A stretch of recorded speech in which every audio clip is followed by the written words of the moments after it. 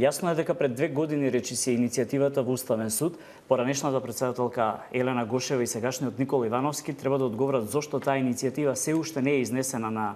седница, независно дали е оспорен целиот член или Уставниот суд, дури по сопствено наоѓање, тоа што ретко го прави, може сам да инициира кога гледа дека има спорна одредба и тој член 22 да го извлече самиот од иницијативата и да го укине. Само за појаснување на гледачите, тој член 22 е толку фамозен кој вели 18 месеци за завршување на истраги или обвиненија, додека за една обична сообраќајка нема да ви застари за 18 месеци делото, а ние овде можеме да зборуваме за најтешки форми на кривични дела, од убиство, од перење пари, од злосторнички здруженија и така натаму. Значи нешто што не е логично и разумно, меѓутоа за жал тоа го зборувавме уште кога се пишуваше законот од самиот старт.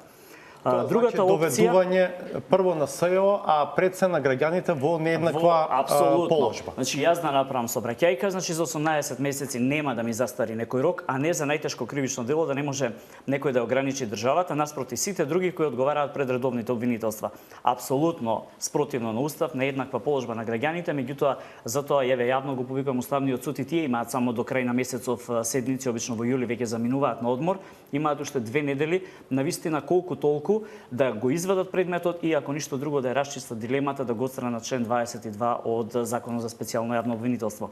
Втората опција за која зборуваме 2/3 во собранието е навистина тешка, иако во последниве денови се повеќе познавачи на приликите ме убедуваат дека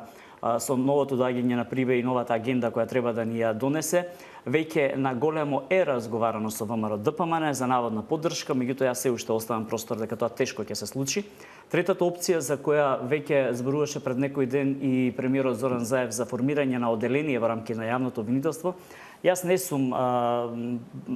човек кој го поддржува сега. Значи, ако веќе имаме една институција за која сите се заложиле, за која се потрошени средства, ресурси, човечки, технички, за кој формиравме еден систем, ако ние ги вратиме сега тие предмети таму, ќе добиеме уште нова година во кој една цела година во кој ништо нема да се работи. Примо предавање, слушање повторно. Ако веќе имаме желба, такво какво што е, само да се избрише член 22 ќе ја завршиме работата.